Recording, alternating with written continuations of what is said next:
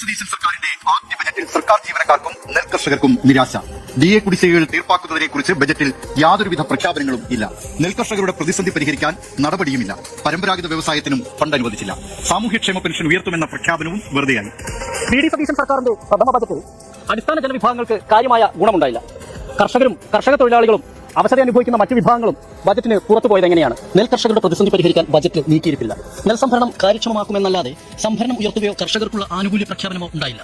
പാലക്കാട്ടെയും കുട്ടനാട്ടിലെയും നെല്ലറകളോട് കടുത്ത അവഗണനയാണ് സർക്കാർ കാണിച്ചതെന്നാണ് ആക്ഷേപം. തെരഞ്ഞെടുപ്പിന്റെ റിസൾട്ട് പരിശോധിച്ചാൽ മനസ്സിലാവും 20,600 വോട്ടിന്റെ ഭൂരിപക്ഷം ഉണ്ടായിരുന്നു. ഏകദേശം 25,000-ഓളം നെൽകർഷകരുള്ള ഒരു പ്രദേശമാണ്. അപ്പം ഞങ്ങളെടുത്ത തീരുമാനം പുനർവിചിന്തനത്തിന് വിധേയമാക്കണമെന്നാണ് ഞങ്ങളിപ്പോൾ ചിന്തിക്കേണ്ടി വരുന്നത്. ഇത് തീർത്തും പ്രതിഷേധാർഹമാണ്. തുറന്നു പറയാണ്, മുഖ്യമന്ത്രി അടക്കമുള്ളവർ അരിയാഹാരം തന്നെയല്ലേ കഴിക്കുന്നത്. കടക്കണി മൂലം ദുരിതമനുഭവിക്കുന്ന കർഷകർക്ക് വിദർഭ മോഡൽ പാക്കേജ് എന്ന ആവശ്യവും പരിഗണിക്കപ്പെട്ടില്ല. സംസ്ഥാനത്തെ ലക്ഷക്കണക്കിന് വരുന്ന നിർധനരായ സാധാരണക്കാർക്ക് ഉയർത്താൻ ഇത്തവണ സർക്കാർ തയ്യാറായിട്ടില്ല. നഗരവികസന പ്രഖ്യാപനത്തിലാവട്ടെ തലസ്ഥാന നഗരത്തിന് കാര്യമായൊന്നും കിട്ടിയില്ല. ഉടനെയൊന്നും സാധ്യമാകാത്ത ലൈറ്റ് മെട്രോ കൊണ്ട് തിരുവനന്തപുരം നഗരത്തിന് തൃപ്തിയാവേണ്ടി വന്നു. പരമ്പരാഗത വ്യവസായ മേഖലയുടെ മുരടിപ്പ് തടയാൻ ഫലപ്രദമായ പദ്ധതികളൊന്നുമില്ല.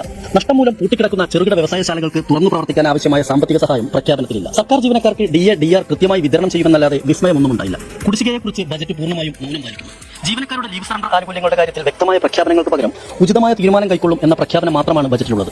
വയനാടിന് ഇത്തവണയും ആധുനിക സൗകര്യമുള്ള മെഡിക്കൽ കോളേജില്ല. കിടത്തി ചികിത്സ പോലും ആരംഭിക്കാത്ത പാലക്കാട് മെഡിക്കൽ കോളേജിന് ഇത്തവണയും കൈത്താങ്ങില്ല.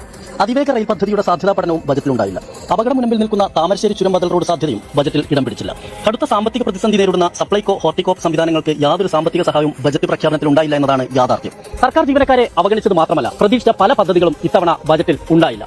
ഒപ്പം തന്നെ പിന്നോക്ക ജില്ലകൾക്ക് മെഡിക്കൽ കോളേജ് എന്ന സ്വപ്നം വീണ്ടും കീറാമുട്ടിയാവുകയാണ്. ഹരിപ്പാടിനും തിരുവനന്തപുരത്തിനും മെഡിക്കൽ കോളേജ് അനുവദിച്ചപ്പോൾ ഇടുക്കിക്കും വയനാടിനുമില്ല.